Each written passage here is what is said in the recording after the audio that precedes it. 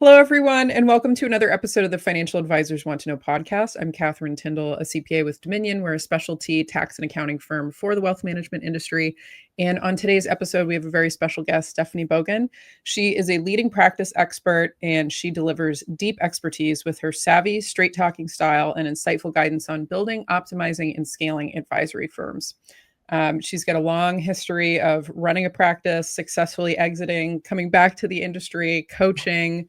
And I've always really enjoyed our conversations together and the just profound insights that she has for those running firms. So thanks for joining me today, Stephanie. Thank you, Catherine. It's always good to spend time with you. So we were talking a bit in the pre-show about some of the, it's interesting, a lot of the problems that we see for firms. It's, you see it more on the operational and coaching side. And then, on our side with the financials, a lot of these problems can become pretty obvious. When I'm looking at somebody's P&L, I'm like, oh, the ratios here are, between these different numbers are showing me, unit economic problems or pricing problems or things like that. I would love for us to kind of dig a little bit into that conversation we started to have in the pre-show about, the inhibitors to growth and some of those secret inhibitors that firm owners might not be, aware that are holding them back that you see. Well, one, as we talked about, it's such a great conversation. As we talked about in the pre-show, I sort of look at the work we do as the same work from different ends, right? You get to, like, we're up here in strategy and then building and execution. You get to see what that all flows down to in terms of actual reality and economics. And I think they're just different views of the same thing, which is why I think we always have so much fun when we have these conversations, because we're literally having the same conversation from different perspectives. Yeah. You're seeing it obviously in the P&Ls. We see it in productivity and performance, and what I'm just going to call personal joy and satisfaction, right? Most advisors are good advisors. They do good work. They've grown to some level. I call it the GAS syndrome, which is good advisor syndrome, which is your growth strategy has largely been show up, be a good person, do good work. And between the market, share of wallet, and referrals, after like 10 or 15 years, you're doing pretty good, right? How complex it is, however, has nothing to do with the growth and how you lead that practice, whether you're a solo building a really efficient lifestyle practice, or you're the leader of a firm that really wants, right, that next level, some version of more and better calls. It's about how we actually navigate those stages of the journey. Angie Herbers has a really good chart we use a lot around like the different stages and the problems and challenges at each stage. And somewhere around 700,000 to a million in revenue, you're going to hit a capacity threshold. That's so true. If you look at all of the data, I've looked at all the studies, you put them all together, essentially, somewhere around $800,000 as a solo, you hit your capacity. Some people sooner. Some people get to $1.5 million. I was on the phone with someone who's joining the program next year, and he's at $1.5 million as a solo, right? So it's about how you structure that practice. But fundamentally, what happens is as you hit your ceiling of complexity, somewhere between 80 and 120 clients, again, higher or lower, but that's sort of the midpoint. We tend to then hire people for leverage, right? As a service person, we hire for service and ops. We might get a paraplanner to help with things, or maybe a marketing assistant or an admin or client service person, right? So we're taking pieces of the work and we're leveraging them out. What happens along the way is we're getting clients and we're quoting them fees and services, or we're quoting fees and we're lowering them, or we're not really defining services. So those good advisors show up doing good work, and we have sort of a good practice, but one that is in no way optimized. And what happens is we have to service those clients. We're typically not doing it with optimal efficiency, which means we're also not delivering as deep a value to client as we can. Separate conversation around service models. But most advisors, if you ask them what their life feels like on a day-to-day, it's like the Groundhog Day, or the seen that movie, or I had a client describe it perfectly. It's the whack-a-mole game at the pizza parlor. Yeah. Pop up and you're like, and by the way, this is the stress of success. The better you do, the harder it gets. So the better I get at hitting those moles, the better I get at growing, right? Which is the problem. We tend to hit our capacity and we keep growing. Yeah. In that spread is where all the problems, because we don't change anything in the firm. We don't change our leadership style. Again, even in a lifestyle practice, you're leading every day with your strategy and your decisions and your actions. And so we basically cross the capacity threshold, and it doesn't serve as the catalyst for the next level review that we need it to. We just keep doing more of the same thing. And that happens is growth keeps coming. Literally, billion-dollar firm on this morning, no service model. People literally, one of the advisors was like, we do good work, but we're doing it with duct tape and baling wire. Like we're all scrambling around in the background. Clients don't see it, but it's really not what it looks like from the outside. I said, well, welcome to about every firm out there. Yeah. Right? There's a lot of spinning plates and pulling levers and at the last minute, and we start to feel that. And then founders get to the point where the more successful they become, the more pressure builds. Like we're putting bigger rocks in the backpack as we're climbing higher and higher. So we don't create that catalyst for change. And it's because most of the time we don't stop and ask the valuable question. Oh, wait, where am I? Did I get there? We start in our 20s going, I want a nice house and a good job and a big, whatever. We don't have a specific idea. And then along the way, 10 or 15 years in, we get there. Or if you're growing into that, right, you've met written ramen, you can at least pay the rent and you're comfortable. And that's the challenge, is comfort does not lead to greatness or optimal. We have to be willing to make ourselves uncomfortable. So that's how we get there, right? We show up, we do good work, we cross that ceiling of complexity. We don't even realize it. We're like, why is this success thing so hard? It's either I'm making great money and doing better than I thought I would, but man, the time, the freedom, the joy is gone. We want to show up energized, empowered, right? Ready to do this work. We don't want to show up like, I'm grinding out another day, I'm making really good money, and I just have to do this for another 10 years. Yes. So that's right. You see that where you're like, oh yes, I've had so many people say that to me. Here's the crazy thing. We see it in our lifestyle program, coaching program. We see it in our leaders program. It's crazy. People will be like, I want to come, I want to maximize value. I want to be out in like 3 years or 5 years. And then they go through the coaching and they're like, this is great. I'm sitting in my best seat. I'm doing what I love. I'm making good money. I get to mentor the next, whatever. They're like, I'll just do. And I'm like, that's the goal. The goal is to either feel really good and want to leave or not to. Like, hey, maybe you're like, I like to golf a lot.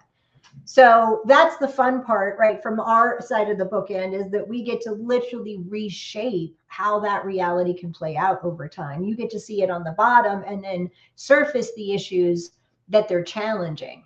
When you put those two things together as a view, you get a really effective and well-run organization, right? Because you have a strategy, you're surfacing issues where we're not optimized. We can then drive to solutions, right? And then we can absolutely measure it because we're going to see those metrics change in the financials. So once we get into that capacity spot, we have to solve for it. And this is the challenge. This is not a practice issue. It's not a method problem.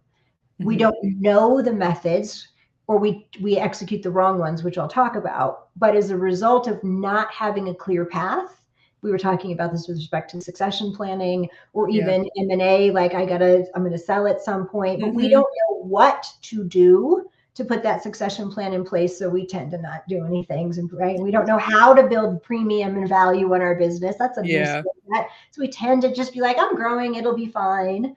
So literally what happens is when we get to our best effort, and it's usually pretty good, by the way, ladies and gentlemen, and we don't know how to fix it or focus on a new and better future, because our current reality says a lot of the times growth is going to be harder. Why would we want to do that? Right? Why would we have the next big vision? If we don't sit in that seat and recast the future, we are destined to have those same problems. And what happens is all the complexity, dilution, and misses that are baked into that, and there's a lot, we can talk about those, you're compounding them. You are literally compounding your problems, which is why another 100 million or 10,000 in revenue, whatever people are like, when I get here, it'll get better. You probably hear this, when I get to 1 million in revenue, the margins improve. That same firm, I swear to you, I worked with the firm for 25 years. When they first started, like, when we get to 1 million, it'll be better. And I'm like, okay. And they were like, when we get to 3 million, it'll be better. And I'm like, we get to, and finally I was like, it's not going to get better. And they're like, why? I'm like, because you're taking you with you. Your leadership skills so true. are not growing. Like, you're still the Bob advisor who thinks every client is a good client, and you're running a multi-billion-dollar firm. Does not compute. Yes. So that's the fundamental problem. Whether we're a smaller advisor and we're growing, or we're a leader of a larger or a firm or an enterprise, the breakdown is the same, which is we have hit our own skill set limit. We don't see the problem. We don't understand. Like when I explain it to people, they're like, oh my, I have told you I have a keynote on this. And everyone's like, and I'm like, it's pretty obvious, guys. I said with all love and respect. Yeah. The issue is we're in it. So we have a really hard time seeing it. So you and I talked about this, the shift, the fundamental shift is this is a growth-driven profession. It's how you survive. Anyone over the age of 50 had to dial for dollars, right? Yep. Even the younger generation, there's a lot of tension and pressure between what I call house cats and hunter cats, right? Hunter cats, like, oh, they rainmaid, no one needs to tell them. They don't need a roadmap. G1 tends to be a lot of hunter cats. They tend to hire a lot of house cats and then get really frustrated that they're not hunter cats. Everyone gets instantly, by the way, right? And I'm like, no, but your team structure has to be designed. Your capacity is based on your clients and your team, right? And then ultimately your growth rate, so you know how to grow that team. I'm like, so it's not just, I need to grow my way out of the problem. It's I need to understand the capacity problem in the first place. It is almost always, you're not going to like this.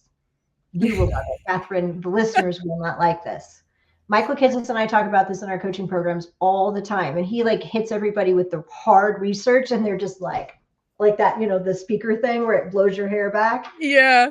You simply cannot fix profitability with a productivity solution. Yes. 90% of the time, it is a position and pricing mix problem. Yes. Catherine here. Just wanted to say thanks for tuning into the show and hope you've been enjoying it. Since we're all at the mercy of social media algorithms, if you wouldn't mind rating the podcast on whatever platform that you listen to, I'd really appreciate it. And also, if you're looking to stay in the loop on current tax updates, what the firm is working on, and just the things that I think you as a firm owner need to be aware of when it comes to the world of tax, you can sign up for our newsletter using the link below. I only send out editions when we have really useful things to share or things that I think are important to have your attention and energy on. So let's get back to the show, and thanks again for being a listener. For the listeners, what I mean by that is we're like, I'm going to get some new tech and that's going to help with our service model. It's going to make us more efficient. And no, it's going to maybe move the needle single digits. That is great. We were going to pull that needle, absolutely pull that lever 100%. That's not going to be the lever that fixes your capacity problem. Here's why. Tech leverages your team, not you as an advisor. The average advisor is not plugging into Holistiplan, doing the analysis. They have someone doing that for them. Tech leverages your team so that they're more productive. Teams leverage advisors who are the income engines. So first breakdown is we don't understand our capacity relative to our team and our service model. More and more firms have defined service models, but the ones that do tend to like put them on a piece of paper and go, this is it. There's not an actual process for vetting and stress testing that it actually, we have the effective hourly rate. We have, right, the margin we need at each of those tiers and segments. So you do too, right? We have a model where we're like, okay, it works or okay, it doesn't. Then we know how much time we have to build out the service model. Then we can talk about what happens at the team level and what happens at the tech level. So our service models are tiered like wedding cakes. They have all kinds of special whoopee stuff, and 80% of it is driven by the tech, not the humans. So our clients, even small firms, will deliver 5 or 10x the value. Consistent, comprehensive, reliable, not founder dependent, can be on an island for 3 months and the value is still being delivered. And we can not only drive deeper value to clients, but we drive a lot of profitability and scale in that. But fundamentally, well, go ahead. Oh, I'm going to like, you're just 100% spot on. And it's amazing how you started with, we both see the same issues from different, different sides of the horse kind of a thing. Like we're seeing or different sides of the elephant, like we're seeing the same elephant, which is, I'll look at things at the P&L level and it's like, this is a pricing and service model issue fundamentally. Like when the profit's not here operationally, if we have this much revenue and this many clients, we should absolutely be able to hit that 25 to 35% margin, depending on which stage of growth that we're in as larger firms. And as smaller firms, you can actually, as you know, do better than that. So that, I think that becomes the breakdown. We hit our capacity ceiling and we actually don't know what's broken or how to fix it. The breakdown is almost always a pricing and profitability mix issue. Michael uses this great example of the Holiday Inn Express and the Four Seasons. Mm-hmm. One of our clients literally said, you will recognize this, many of you, so don't take it personally. They were one of our leaders retreats and they were standing there, we're talking about pricing and profitability and service models. And they were like, we provide deeper, better service than anyone else and we charge less for it. Proudly, I might add. And I looked straight in the eyeballs of that person. I said, why are you bragging about that? Yeah. I said the Four Seasons, because Michael laid out this, we have a Four Seasons experience, right? But we're charging Holiday Inn prices for a lot of those clients. And people are like, oh, they don't really take that much time. Yeah. Okay, first of all, that's totally cool as a rationalization, as long as you say that to the client's face and they're okay with it. Hey, when we started 10 years ago, we were both equitable in terms of our experience and value and your assets and your needs. But over the last 10 years, I've developed a lot of deep expertise and there's a lot more value there. The problem is you haven't kept pace and you don't need that value. So I have two options. I can transition you to someone who could actually support you well at that level, or I can just tell my team that you don't take that much time and we can put you in the corner and just be here if you have a serious problem. Otherwise, you're kind of on your own. Which would you like to be that client? No one would say that because it's not an integrity. Yeah. But when we say it's really not that much time, literally that is what we are saying. Yes. So that's where coaching is valuable, because I just come in and I reframe it. I'm like, look, that's great as long as you can say that to someone and hold your integrity. And I don't get any, but no one calls me that can't or doesn't want to. Those people, thank God, just don't call me. So we think that we're acting in service of the client and the firm. And it turns out, if you really break it down outside of the math at a human level, we're not. What that person really needs is you 10 years ago, who's younger than you and who will overservice them until they figure it out. And their fees and the value relative to their needs are at parity. But we don't know how to let go because it's a fundamental leadership and mindset psychology, which is it feels bad. We think we're going to be the greedy grubber, or who could do that? Or people are going to think we're not nice. And I'm like, well, people might think that you're an effective business person. So we do transitions, dozens every year, dozens. 32 years I've been doing this. I've had that conversation and variations of it, right? There's more to it, thousands of times, done thousands of transitions. Guess how many times someone has called me and said, that totally flubbed, I should not have done it. I'm going to guess probably never. Zero. I always say like I go 99.99%, but so far the record is good. And the reason is we're going to draw a line and fire people. Well, who wants to do that? That doesn't feel good. So that's where, when I talk about elevating our leadership skills, part of it is literally being a clear, conscious human who can truly objectively look at a situation and what's truly fair and reasonable for all of the stakeholders, not just our insecurity, or we've got that team member we don't want to piss off because we're going to do something they don't like and we're afraid to lose them. That's what stops our growth. It is our ability to sit in a clear, conscious seat and make decisions that align with an on-purpose, intentional strategy that we actually thought about when we created. And then we go through our business and we bring things into alignment. And if you follow us at all, you see the results that we get. It's not because I'm a genius. It's because we have a proven framework after 32 years for bringing things into alignment. And then the coaching conversations that people radically need to reframe and refresh their lens by which they run, lead, and grow their firm. So if you can get that, right? Typically our clients are people like yours who genuinely care about their clients and they think they're keeping them or underpricing them out of good service. And then we have that conversation and they're like, oh, that actually doesn't feel good. I said, when you see their name on the list, if you get excited, great. But if you see their name on the list and you're like, so what happens is we have that conversation and they never see things the same anymore. And then those clients start calling and they're like, oh, I know I should not. Then they know, right? Like when you know. So we do client transitions. People thank our advisors. I'm not kidding you. One or two people will be like, really? And then you give them the honest conversation, which is, well, our minimum fee to offer the value that we want to offer and reflects our experience and the value that we can add to clients. And just with inflation and markets and everything else is $5,000 or $10,000.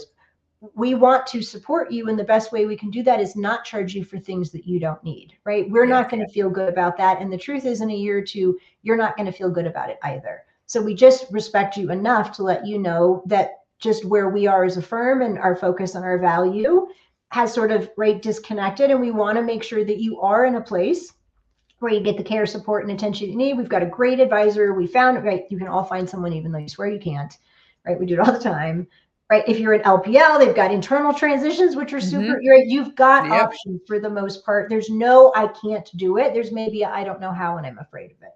Yes. So Michael basically hits him like you would with the math, where he's like, if you do a partial book sale, like we had FP transition, like if you do like 3X, that's like 10 years of profits all at once. Yep. And oh, by the way, you just got 50% of your time back. So you have time and a big chunk of capital. Yes. Wow. And too, it's going to be all capital gains treatment. Yes, Catherine's going to get it right.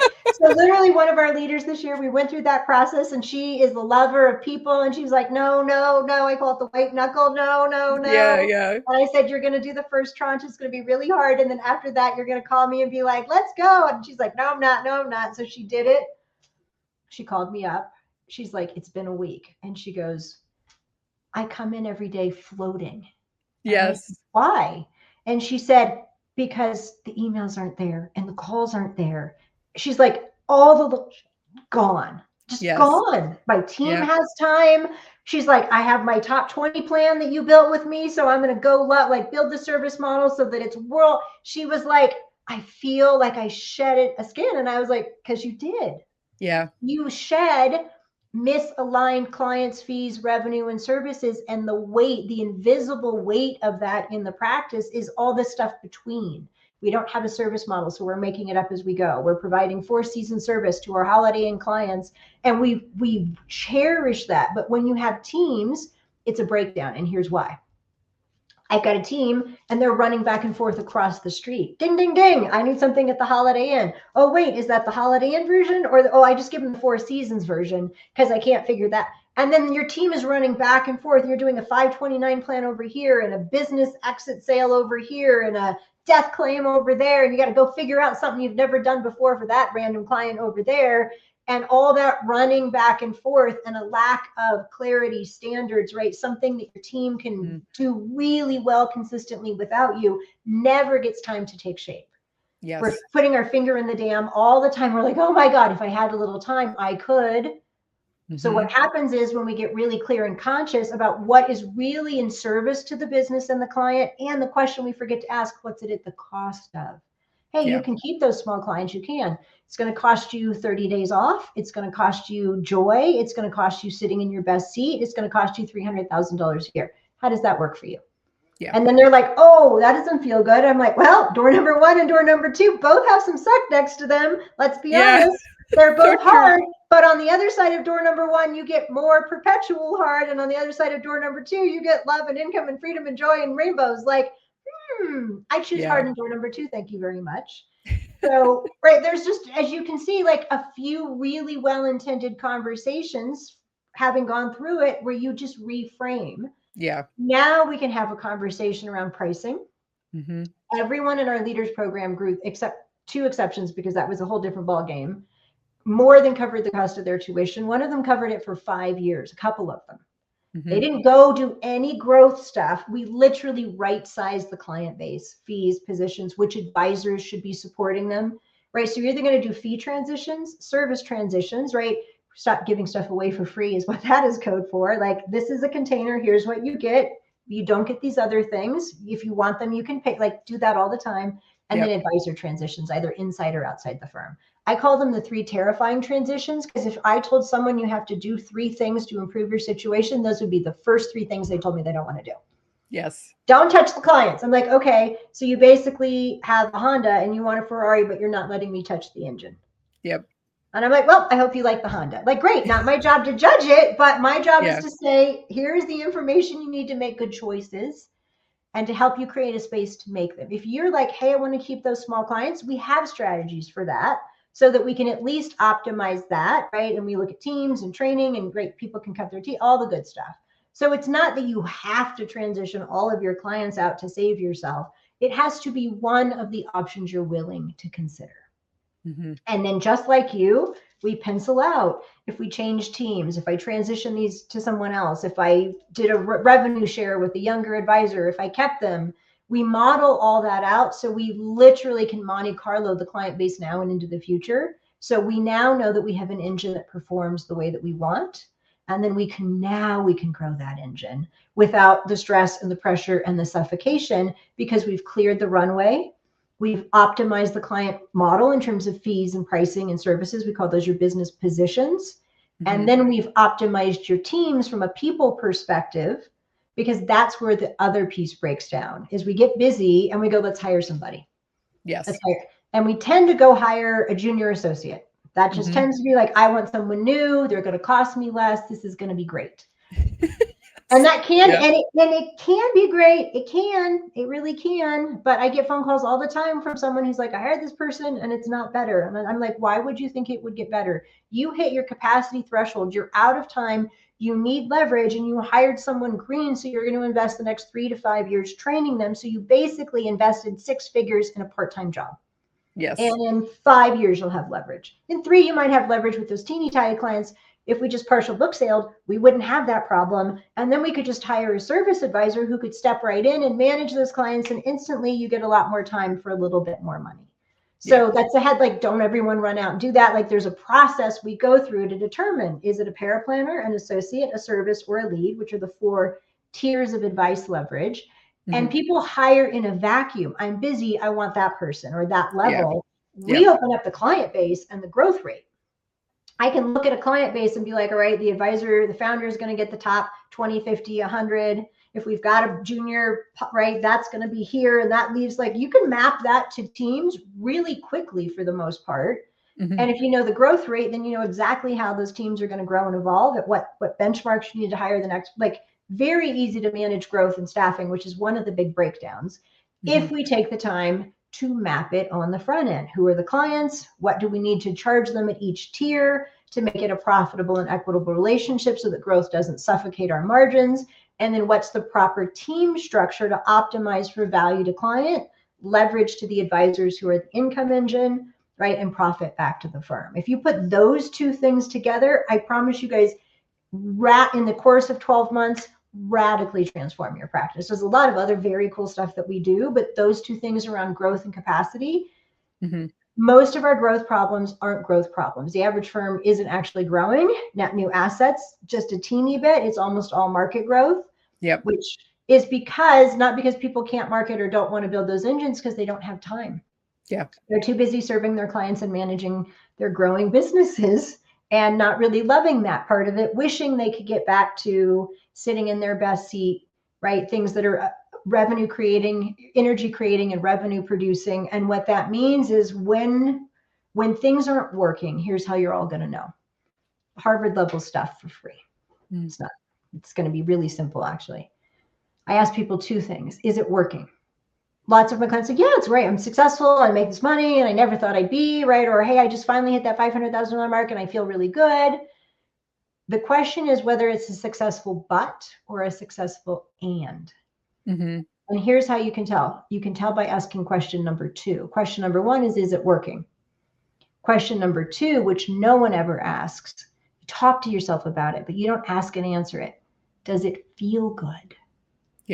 Hot damn, if running your business or being an advisor doesn't feel good, that is a signal, bing, bing, bing, yet that's your body, brain, soul way of saying, this is not supposed to be this way. You're out of alignment. Please go fix it. And we have this horrible habit in our very driven society where we just ignore that signal and those feelings completely. And we're like, suck it up, buttercup, just work a little harder and be a little smarter. And we work over the problem and we go hire that person. It's like, oh, I'm busy, hire, because we think we're being so smart about our business, but we never stop to go, what's the actual problem I'm trying to solve for? We don't pause. We don't get clear and conscious and then make commitments that we know are truly aligned with the vision and goals that we set out. So we just go throw spaghetti at the wall. It turns out pretty good in this business, right? If you can get clients, you can deal with a lot of other stuff, but you pay a tax, you pay a price for it, and it's a feeling. So if you can't say, and it feels good, then you're in successful, but I'm successful, but I wish I had more time. I wish I didn't feel like I was in the grind. I was on with one of our leaders this morning and I said, how is that now? And he said, oh, I'm successful. And I'm successful and I can double, and I know that my time will stay my time. I'm successful and I know how to lead and grow my team with total clarity. I'm successful and I learned how to manage change and have difficult conversations. He was like, I'm successful. I was like, yes, that's the difference. Is we want to go from successful but, or trying to be successful but can't figure it out, to successful and growing, getting better, leaning into that next level with clarity, consciousness, and confidence. And to me, that's how we solve the capacity and growth problem. We solve it at a leadership level. And then we can actually view and go, oh, wait, the runway's cluttered with some things I might need to clean up, right? Before I remodel, I might want to clean up the house a little bit. And then once we've remodeled, we want to put it all back together in optimal style, because now we have a frame and a decision set that lets us do that with clarity. We're not winging it and going it alone and making it up. We have models and strategies and frameworks that we can use to assess. Like, our clients do this every year. Where are we on our team? Because they've got 3 spreadsheets, so they put in a couple data points and they literally see the next 10 years of their firm, team, clients, capacity, everything, because they took the time on the front end. And by the way, they didn't take that time because on Tuesday they wanted to get proactive. They were sitting in the seat that you're all sitting in, whether they were a lifestyle advisor or a leader. They were like, this sucks. I would like it to be better now. My mother-in-law has this really great saying, which I'll end with because it explains it, which is, when he's had enough, he'll get up from the table. You will all deal with these capacity problems. You will blame growth. You'll hire more bodies. And eventually what you're going to realize is you're just compounding the problem. The revenue is growing. Maybe even the margins are growing. But if the revenue, the margins, the culture, and your joy aren't growing, there is a breakdown somewhere. Because I didn't sign up to start a business that literally tolerated suffering. Are we going to have some? Absolutely, right? It's hard. But there's a difference between, right? There's a great saying I heard, which is, pain is inevitable, suffering is optional. We're all going to have growing pains as we move through the stages. We just happen to know what they are so we can get ahead of them. If we don't get ahead of them, we will learn through the science of failure and suffering, and we'll keep doing that sometimes until we retire or die. Sometimes we'll be like, I've had enough. I'm calling Steph, I'm calling Catherine, I'm calling anyone. I'm going to sit with myself. Like, however you insert agency and consciousness into your leadership style and firm building, it's going to serve you. Yes. Yeah. That's wonderful. So Stephanie, for people to get into your world, what's the best way for them to connect and learn more about the work that if you want to play in the sandbox at Limitless, you can just go to limitlessfa.life. There's great information on our website. You can follow me on LinkedIn at Stephanie Bogan. I'm on Twitter sometimes at Steph Bogan, but I'm pretty much on LinkedIn these days. That's wonderful. And for those of you listening, I would love to hear kind of what you took out of the conversation, because Stephanie, you're preaching the truth. It's, you know, I see this on the other side, just all of the problems that you're talking about, and you know, just the way that you're framing it, and it's just so true. And it, you know, really applies to not just wealth management, but anybody running service businesses. Well, you'll appreciate this. We have a joint client right now. You know that, obviously, for everyone else. And what I always tell people is, you're either going to take your medicine now or you're going to take your medicine later. So true. That's it, right? So like, I'm putting off succession planning, or you're going to either take a little bit now, right? Do hard things, or you're going to take a lot more of it later, and it's going to require a lot more tax, energy, and effort. So the thing I love about our work, like I said, is you're just looking at it from a different lens. You really do get to surface through the result side and how they got there, where those issues are. And it's really, you know, those are the conversations that we need to have to lead into the next level. They just tend to be the really uncomfortable ones that we avoid. Yeah, no. And especially, you know, I see it on my side, where, you know, I'll have these conversations with people because we're at the end with the tax component, but it's all being fed off of P&L data. And oftentimes it's just, you know, you either, my grandmother had a saying, you pay the grocer or you pay the doctor. And it's much better to pay the grocer, and that's your side of the house. You know, and it's, you know, you really have to, it's a lot of these core central, you know, foundational unit economic issues that are really driving, what we see on the back end and, the real root causes for a lot of the problems. I always talk to my clients about, like, don't operate in averages, right? Generalities kill performance. They kill margins. They kill joy. One of our clients was like, yeah, it's just like that's like $40,000 in revenue. Like, it's not that big a deal, right? By the time you pay taxes and all that. And I was like, oh, you did not just say that. She's like, what? I was like, well, that was more than your entire fee this year. That would be money that you could deploy to a marketing agency to help you get the pipeline started. That would be like half of a really good part-time person that you could use. She was like, all right, fine. I get it. I get it. And I was like, someone else was like, it's really not that much time. And I was like, averaging, like, we have a thing now. It's like averaging alert, where I'm like, wait a minute. Anytime you give me like, it's okay, that is almost always code for there is some stuff I need to look under the hood and really dig into. So yeah, just really avoid averaging. It's okay. It's not that bad. It's not that much time. It's not that much money is code for there's work to be done there. yes. I see it on the front end. You see it on the back end. You all listening are living everything in the middle. And if it's not efficient, effective, and enjoyable, I would just invite you to really reflect on that and ask yourself how you can create greater capacity and growth in your practice by really be willing to take a hard look at where you're at and where you want to be in the future. I love it. So for those of you listening, we'll post wherever you're encountering this podcast, how to get in touch with Stephanie. Definitely encourage connecting on LinkedIn. She's also got a wonderful newsletter. I'm always interested to hear feedback, so please feel welcome to send me a DM on LinkedIn. Tell me what you thought about the episode. But thank you so much for coming on, Stephanie. Certainly my pleasure. So always powerful. Up with you, Catherine. Wonderful. So for those of you listening, this was another episode of the Financial Advisors Want to Know podcast.